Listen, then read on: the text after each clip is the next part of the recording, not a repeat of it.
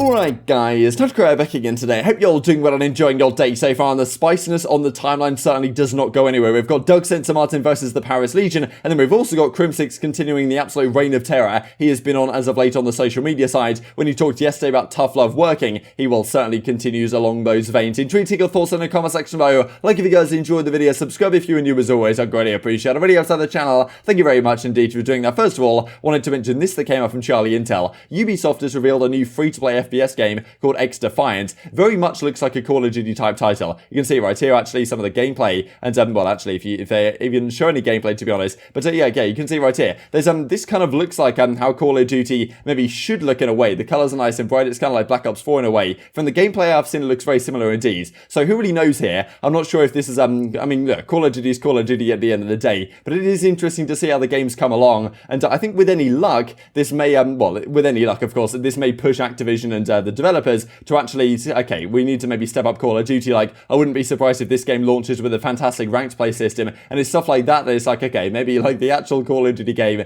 needs to, well, step up its game, and maybe some friendly competition could be helpful in that sense, as long as it doesn't take over all the player base away from Call of Duty and puts the league in a tough spot. That I wouldn't exactly what we wanted to see. This I thought was funny as well, that Aqua PSN dash Xbox puts on the Reddit yesterday and notices this, that after the loss to Chicago, seems like Atlanta FaZe are making a pretty drastic roster change. We've got Simp out of the team, and we've got Joey Nubsy, the Seattle coach, straight into the lineup. This understandable that Simp is getting forced out of the team with awful performance, of course, up against the Chicago guys. And well, when Joey Nubsy is available as a player, you can't turn a man like this down. Obviously joking, just in case you guys weren't aware. Thought I'd mention this as well real quick actually, because there's Simp and Shotzzy, two candidates for MVP this season. If you guys weren't familiar with what the MVP trophy looks like, then it is exactly this. As I think it was the same one as last season, right? But if you guys aren't familiar with it, here it is. You got the World Championship one with like the three lines or whatever that represent the three pillars of the community. I think they said the pros, the challengers, and the fans, or something like that. Even though maybe that isn't always, well, isn't always reflected in some of the actions we've talked about these last couple of seasons. Let's talk about this then, right? So Macro FBS says if Paris picked up Zin, that being Methods, and Doug, that being Censor, and ran with Scraps and Temp, they'd be one of the most popular teams in the game. You know, what are you saying at Paris Legion? A team based purely on personality and presence, says Paris Legion in reply. Of course, this is a social media guy talking, but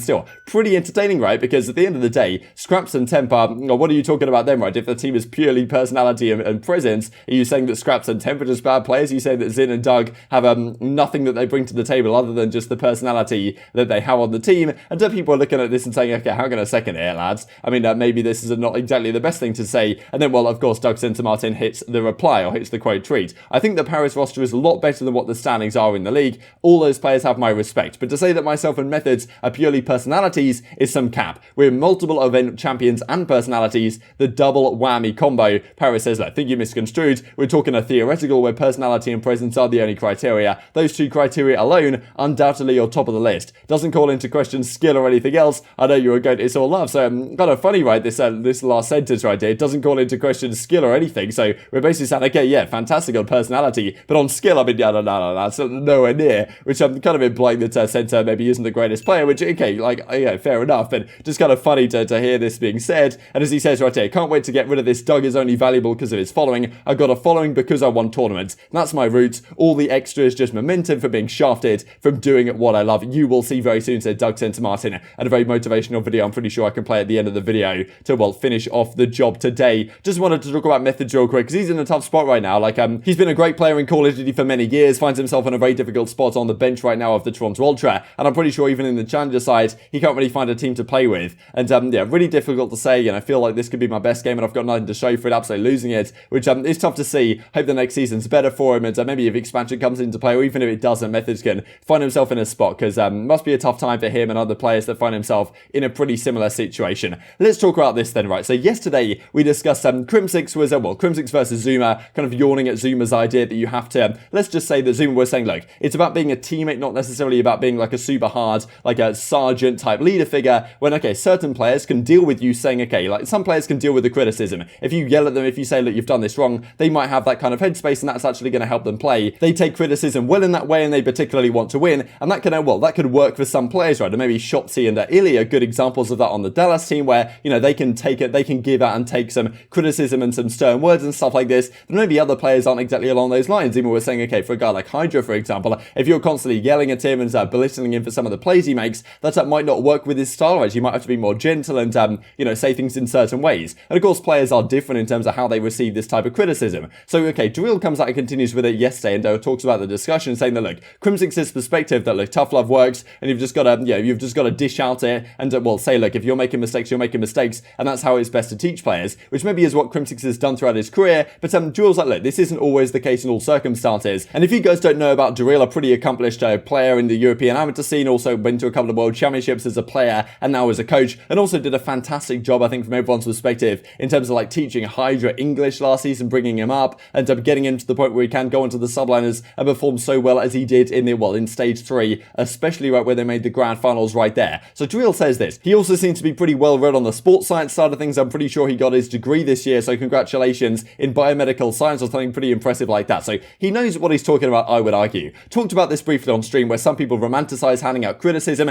in a bullish, standoffish, patronizing manner in the guise of constructive criticism. This comment is spot on. A lot of competitors in any sports will struggle to be receptive. I'm pretty sure he's also well respected, especially within the European amateur scene, as being one of the best coaches that we've had in the scene for a very long time. So he probably understands how to manage people and understands what exactly makes sense. So this is the comment that he talks about. Crim is absolutely ignorant to believe that this way is the only way that works. Zuma is 100% correct. You have to adapt to different personalities. That's what makes great leadership, is also being able to communicate effectively with all people that you are appointed to lead. Crimsix isn't exactly so convinced. He comes out and replies, "You realize how stupid and ironic this take is, right? Snowflake lifestyle ain't copping a W on my watch. Criticism is a two-way street. There's not only different ways of giving it, there's also different ways of perceiving it." So Crimsix is saying, look, this is really the Huke situation, right? This is the big discussion. Maybe on the Dallas Empire last year, the team worked, no doubt, because maybe Crimsix was like the bad cop at times and Clayster was the good cop. I don't really know how it would work. But Crimsix seems to have this very stern leadership style where he'll tell you what you did wrong, and of course you've also got to praise what they did well and bring up other parts and say, look, if you did this, you'd be an even better player. And that's kind of the element that Crimsix takes, but he doesn't take any BS, I suppose. If mistakes are being made, he's going to call you out on it pretty harshly. That seems to be what he's been saying the last couple of days. Maybe Clayster, though, could also, on that team of last season, kind of, maybe for a guy like Shotzzy and ILLey, that works pretty well, right? They're happy to receive and give and take that criticism and perceive it in the way that Crimsix intends them to perceive it. Whereas for a guy like Huke, maybe he doesn't perceive it like that, right? Maybe he thinks, okay, maybe he's just coming at me, like, why is he keep, like, I don't know, talking about me like this and all this type of stuff. And some players, I suppose, are like that. And maybe Clayster kind of helped facilitate that last year and be that kind of good cop, bad cop type thing. This season on the Dallas Empire, Clayster was no longer there, so it was kind of Crimsix's leadership style versus the rest of the guys. And of course, Rambo and the rest of the players had something to be involved about that, but clearly after a few months where things started to go wrong for the Dallas team, it wasn't working out for Huke, whatever was going on behind the scenes. So Crimsix is kind of saying, maybe, look, my leadership style is fine. It's, maybe it's Huke that wasn't perceiving it in the correct way. But, some of the replies come out from Doug, of course, and from Hagi, who's all looking in a second here. All I'll say is there's a reason Porter has the most championships of any player ever. And, that's very true, and you do have to wonder why he gets into all these Twitter arguments, to be honest. But it does create some content at the very least. And Parasite says this, not many will ever get it, saying, look, Crimsix is on the right lines here, right? He understands what he's doing. Obviously, a phenomenal player, no doubt about that. And, he gets where he's coming from here, and, certainly understands how to lead a team to success. So Crimsix continues, Snowflake's coming L's while I'm on watch. Get the COD Champs participation achievements out of your bio, and do yourself a favor. Stop failing yourself, says Crimsix, right? So, of course, JhaLy's been to, I'm pretty sure, the 2017, 2018 World Championships as a player. He went to the 2019 Championships as a coach, right? So, still relatively decent accomplishments, and I'm not really sure why Crimsix is coming at his accomplishments, to be honest. It doesn't necessarily belittle the argument he's making, especially when he has, a fair bit of knowledge, it seems, on the topic. As much as I respect you, I've had the pleasure of learning first as David Brailsford, right? If you guys follow cycling at all, you'll know that name actually, as he mentions it right here. I've spent the last couple of years studying different athletes, what I consider here, and talks about in quite some detail about, talking about the actual literal science, right? Peer-reviewed papers about how certain individuals are resistant to feedback. It's critical in building a rapport with the athlete. That's my point, as experienced as you are. And of course, Crimsix has done what he's done in his teams. And to be fair, like the OpTic Dynasty, for example, however they behaved on that squad, and the Complexity Dynasty before that, Crimsix has been on a fair few teams, but he hasn't been on an incredible number of teams that he's had to have different leadership styles. And maybe he hasn't even had to be the full leader at some point on certain organizations. So maybe he doesn't have as much experience as, playing with so many different players, to the point where maybe he maybe thinks, okay, some different styles could be valuable, but maybe he doesn't believe that at all. And maybe, of course, as the most accomplished player in Call of Duty, he probably has, some idea what he's talking about. But certainly some thoughts right here. Poor handling of situations in which the recipient is resistant or defensive can result in a dismissive approach. Therefore, feedback will be disregarded. Don't care how experienced you are, says JhaLy. Come at me for my lack of accomplishment versions of COD, but I've tried to educate myself, and as Scrim says, like, you even said that a scholar or an athlete, a world-class athlete, wouldn't be making scientific, well, mental theses on a government website. They'd be making profit off writing and selling their own books. You're looking at the wrong material, and he goes on to kind of explain exactly where this comes from. But interesting to see Crimsix's perspective right here, dropping the snowflake on the timeline. Kind of interesting to hear his take on this whole topic, but well, if he can work it out for the Dallas Empire the rest of the season, and he gets players around him, which certainly conform to his leadership style and how he likes to run things, then well, I'm sure he can find success once again in terms of championship victories, as he has done many times before. Wanted to mention this as well that I thought was really, really cool indeed. The Nations Cup of Latin America starts today. One of the most underrated regions in our scene, says Crone. So look at this. Like, when are we getting a World Cup for Call of Duty, like a proper one? We've got a Panama team, we've got a Dominican Republic team, Costa Rica, Puerto Rico, Ecuador, El Salvador, Guatemala, Mexico, Colombia, and Venezuela. How cool is this, right? You've got all these teams, some of them have coaches as well that are in here trying to get these teams to do the best they possibly can. So this is the link, I'll leave it linked down below if you guys want to check this out when it's live. And just so cool to see stuff like this. I'd love to see after the season concludes, have some sort of actual like World Cup, right, with all the different teams in the world. Wanted to mention this as well because just a couple of days ago now, OpTic versus FaZe, what a phenomenal game that was. I thought this is a really interesting statistic that Round 11 Stats comes up with, the kill matrix. They do this type of stuff on HLTV as well. So effectively how this works is, on the Miami Search and Destroy, aBeZy went 1-in-1 with Dashy, so aBeZy killed Dashy once, Dashy killed him once, and you can see right here what's pretty interesting is Scump and Simp, they had a lot of engagement, right? In this map it was Simp who won 5 of them, and Scump who won 2 of them, so that's maybe one of the key differentials as to why they went on to win that game, that being FaZe. This was the standoff though, and as you can see right here, like Envoy, I mean, it was 2-4, so Envoy got the better of aBeZy a fair few times, and well, it was actually Formal and RC who had a lot of battles here, 4-3 in favour of Formal at the end, so I thought that was pretty cool to look at. And just to finish off with this video as well here from Censor Martin, where he's kind of talking about the difficulty he had the last couple of seasons being a cheerleader on New York, but well, battling through the difficulties and trying to get back to a good spot. Very much intrigued to hear your thoughts on all this stuff in the comment section below. Hope you guys enjoyed the video. If you did enjoy it, I'd greatly appreciate a like on the video. It really helps out the YouTube algorithm that you enjoyed this content. Other people like you may enjoy this content as well, and I've grown the competitive Call of Duty community. Thank you as always, take care, and I will see you next time. So I'm going to go take that jet ski out. This Swan has something to say about that. This is going to be really interesting because he doesn't like me going out on the jet ski and he just pulled up.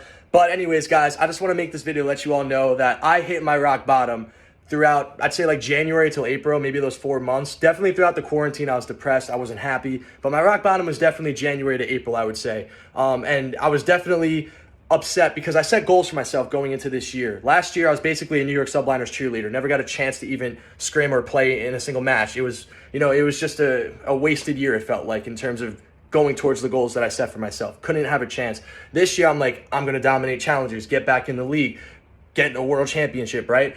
That hasn't happened either, guys. I went through a lot of crap, and it was definitely upsetting for me, and it definitely felt demotivating at times. It was demoralizing at times, but never once did I stop pursuing what I truly cared about. Never once did I doubt myself. Never once did I think about quitting. And that's the message I want to tell you guys. No matter what trials and tribulations you're going through, you will find success in life. There's so much room and so much opportunity in this world for everybody to eat. And I just think you have to be grateful for the blessings, learn from all the mistakes, learn from the trials and tribulations, and surround yourself with like-minded people. You guys can do it. I believe in all of you. Work hard for your goals and never quit. Have a great rest of your day. Me and the Swan are going to have some beef. This is going to be interesting. And yeah, peace out, guys.